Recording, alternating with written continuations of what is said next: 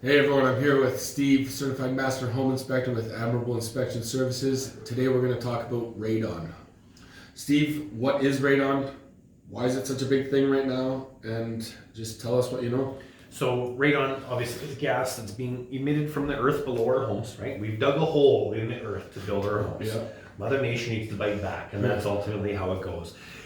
New construction homes, you're going to see now a little white pipe, a lot of times green pipe sticking out of the floor in the basement to let you know that radon mitigation provisions have been roughed into your home, right? So we do know it's a factor, but like anything, again, we're talking about cancer risks with radon, right? We have a lot of universities, a lot of different higher level companies out there that are still doing private independent case studies. I think we're going to see a lot of facts really come out more in the next years to come as we learn more, study more. Labs are taking information, they're reporting to healthcare systems and sharing their information as well. But the bottom line is, at the end of the day, we now know of a factor called radon, right? It's a gas that's entering our homes from the earth. We're putting provisions in to make sure that we can vent it out of our house, to make sure we eliminate cancer risk to occupants. But we have to start with testing. Every single home is probably going to test different. I have some customers that we've helped out in Spruce Grove, St. Albert, in my own neighborhood of Cavanagh Heights, where we've all done testing. Everyone tends to go to a local lab here in Edmonton called EnviroWorks.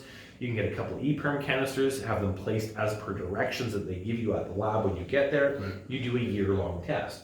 So here becomes the challenge for people that are working with fellows like yourself on the real estate side is, how do I know if my house has radon prior to buying it? There is quite a few companies out there. There's home inspectors out there that offer a very short-term test, radon companies that will offer a very short-term test, which is done over a 2-day period, which might give you some insight as to what's going on in that home for radon.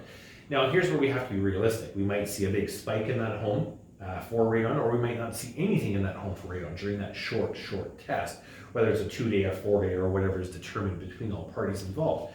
So in rule of thumb, Health Canada, what they want to see you do is they want to see you do a 1-year test. They want to see the house under closed doors, under a heating cycle essentially, or through a whole heating season. If we think about testing our house in the summertime, if you had no air conditioning, how often are your windows going to be open? Probably a lot, right? Every day. You want to get some air moving. So maybe we won't begin getting accurate radon results. If we close the building envelope up for the winter, we close windows, close doors, everything's back to kind of normal winter living in Alberta, we have a really good opportunity during that heating season to see what's happened. Recently tested my own home, a little frustrated. I always do everything in redundancy. I would never take one single test as a good test for me or a positive test. I always want to have redundancy. One of my units died. The other one was literally just at the limit of where maybe I should start doing something. So got another one up and on the go here, but now we're another 9 months away from finding out the answer, whether or not we have a factor. So cancer is a risk. We need to protect ourselves. The provisions are being put in the homes now for mitigation. You're crazy not to do a test. You take possession of that house, you get a test going. If you're fearful about a house that you're buying that's going to have radon, then you need to simply budget for radon mitigation in that house moving forward. What year should I would somebody start looking at getting radon testing? Like, when did new home builders get legislated to start doing this?